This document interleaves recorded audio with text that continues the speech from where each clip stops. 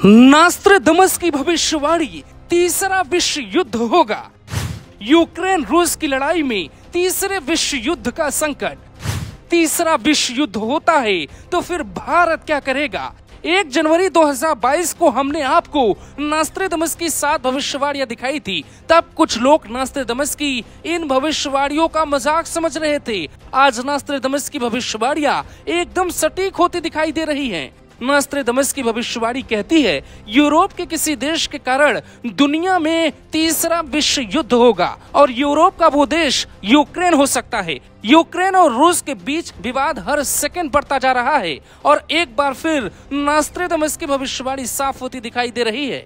सवाल उठता है कि इसमें क्या किसी बड़े नेता की मौत भी होगी? नास्ट्राडामस की भविष्यवाणी इंदिरा गांधी की हत्या, मोदी का पीएम बनने और राजीव गांधी की हत्या पर भी सटीक बैठ चुकी है। ऐसे में जो हालात बन रहे हैं उसमें साफ लगता है कि दुनिया तीसरे विश्व युद्ध के मुहाने पर खड़ी हो गई है। कुछ लोग दावा कर रहे हैं कि रूस या फिर यूक्रेन के किसी बड़े नेता की मौत भी तय है, क्योंकि नास्ट्राडामस की भविष्यवाणी के मुताबिक 2022 में किसी देश के बड़े नेता की मौत होगी जो समुद्र के किनारे बसा होगा। यूक्रेन की सीमा से समुद्र की सीमा लगती है, तो क्या कुछ बहुत बड़ा होने वाला है?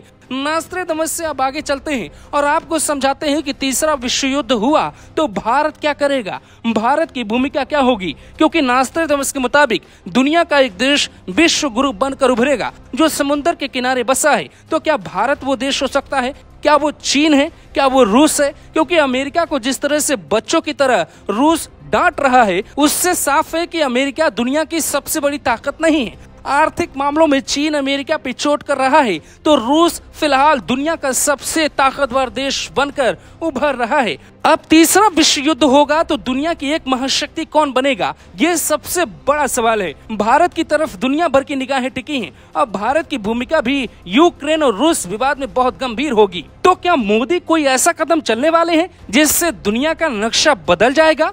मोदी रूस का साथ देंगे, यूक्रेन का साथ देंगे या फिर अमेरिका का साथ देंगे? ये वो सवाल है जो फिलहाल भारत सरकार के लिए सबसे बड़ा सवाल है। इससे पहले भी दुनिया में 2 बार छोटी छोटी घटनाओं ने कई बड़े देशों को युद्ध के मैदान में ला खड़ा कर दिया था और दुनिया को 2 विनाशकारी वर्ल्ड वॉर झेलने पड़े थे। एक राजकुमार की हत्या से छिड़ा था पहला वर्ल्ड वॉर, 90 लाख लोगों की हुई थी मौत। 20वीं सदी की शुरुआत में यूरोप ताकतवर देशों के 2 धड़ों में पूरी तरह से बट गया था। एक ओर थे जर्मनी, ऑस्ट्रिया, हंगरी, इटली और दूसरी ओर थे ब्रिटेन, रूस और फ्रांस। 28 जून 1914 को ऑस्ट्रिया हंगरी के सिंहासन के उत्तराधिकारी फ्रांस की हत्या कर दी गई। ऑस्ट्रिया ने इस घटना के लिए सर्बिया को जिम्मेदार ठहराया। 48 घंटे में जवाब मांगा। सर्बिया ने ऑस्ट्रिया की मांग को नजरअंदाज कर दिया, ना तो जवाब दिया न ही बात करने को तैयार हुआ। इससे नाराज ऑस्ट्रिया ने बिना वक्त गवाए 28 जुलाई 1914 को सर्बिया पे हमला बोल दिया।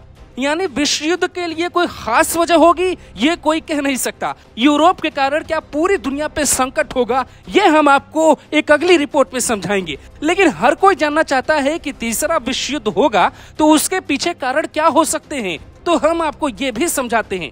मसला है नाटो का। नाटो में कुल 30 देश आते हैं जिसका लीडर अमेरिका है और अमेरिका खुद को दुनिया का लीडर बताता है। नाटो में यूक्रेन शामिल होना चाहता है या अमेरिका उसे शामिल करवाना चाहता है।